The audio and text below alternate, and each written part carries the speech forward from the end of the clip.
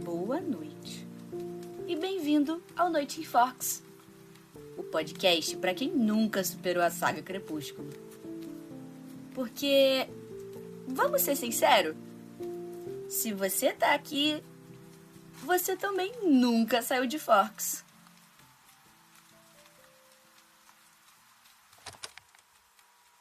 E hoje eu quero trazer uma das opiniões que, pra mim, é uma das mais injustiçadas da saga toda. Quantas vezes a gente já não ouviu falar que a Bella não tem personalidade? Mas e se o problema não for exatamente a Bella, e sim a forma com a qual a gente olha pra ela? Porque, de verdade, talvez a gente só não tenha prestado atenção.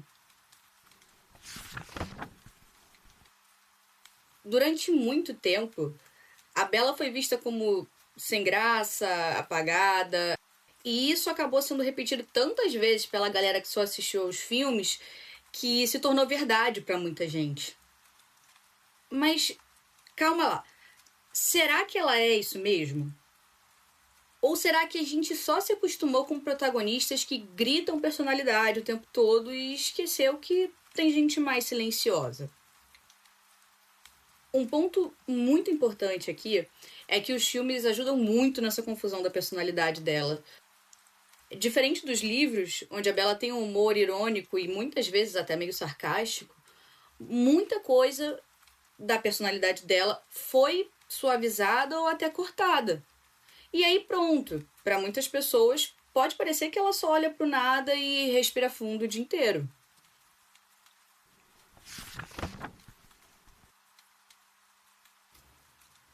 A Bella é quieta, mas ela não é vazia. Ela observa, pensa, sente e depois decide o que vai fazer. Só que não é o tipo de coisa que faz barulho. Não tem um efeito sonoro toda vez que ela toma uma decisão, infelizmente. E por isso muita gente acaba achando que ela não tem personalidade. Mas ela tá lá, processando tudo como um computador antigo, carregando emoção em tempo real.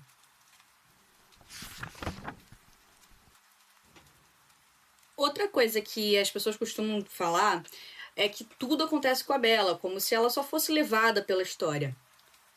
Mas não é verdade. Ela escolhe muita coisa desde o início.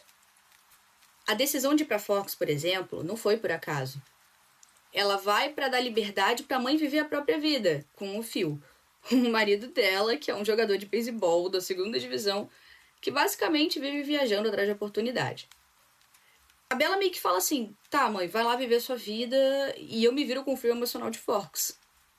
Bem altruísta da parte dela, inclusive. É uma das coisas que eu mais admiro nela.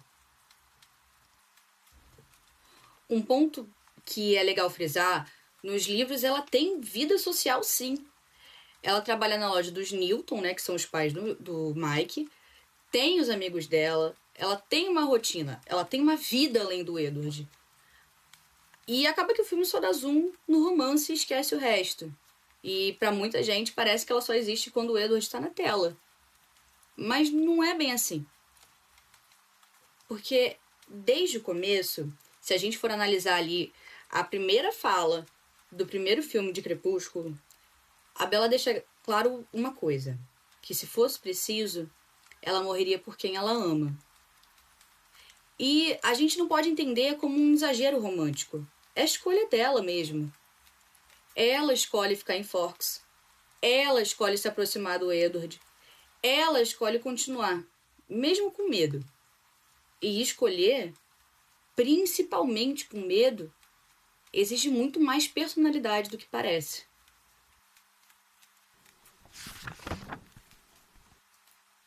A Bella sente tudo de uma forma muito intensa.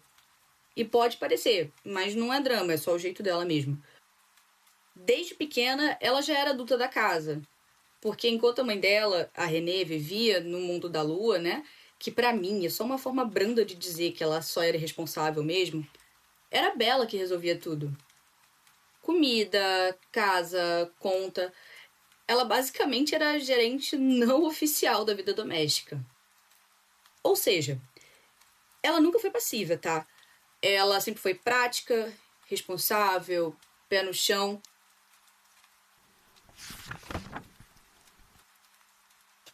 Outra fala clássica sobre a Bella: ai, ela só sofre por causa de homem. Não, pera lá. Em Lua Nova, por exemplo, a Bella que salva o Edward 2 vezes. Primeiro, ela impede ele de se expor ao sol, e depois ela encara os Volturi. Naquela cena, né, que o Aro fica fascinado por ela, porque ela morreria por alguém como eles, né, que são vampiros. Já em Eclipse, ela se coloca em risco de propósito pelo Edward, né? Ela faz um corte no braço para poder distrair a Victoria e o Riley, sabendo exatamente o que poderia acontecer, visto que ela estava no meio de um monte de vampiros, e pior, vampiros recém-criados, recém-nascidos, né? Já em Amanhecer, na batalha contra os Volturi, ela treina o próprio poder, né, que é o escudo da proteção, para poder proteger todo mundo que estava ao lado deles, né, ao lado dos Cullen. E isso tudo que eu falei aqui, você não precisa ter lido os livros para saber. Isso tudo se passa nos filmes. Então não, ela não é fraca.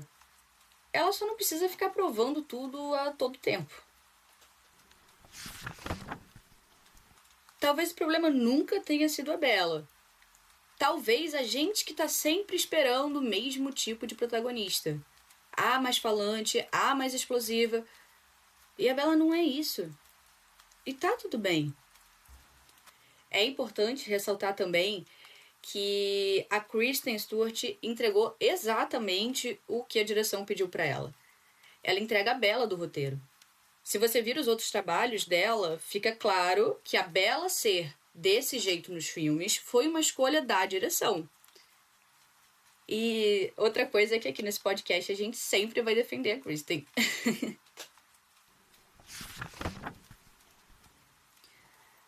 A Bella Swan tem personalidade, sim. E, na minha opinião, ela é a melhor personagem de toda a saga.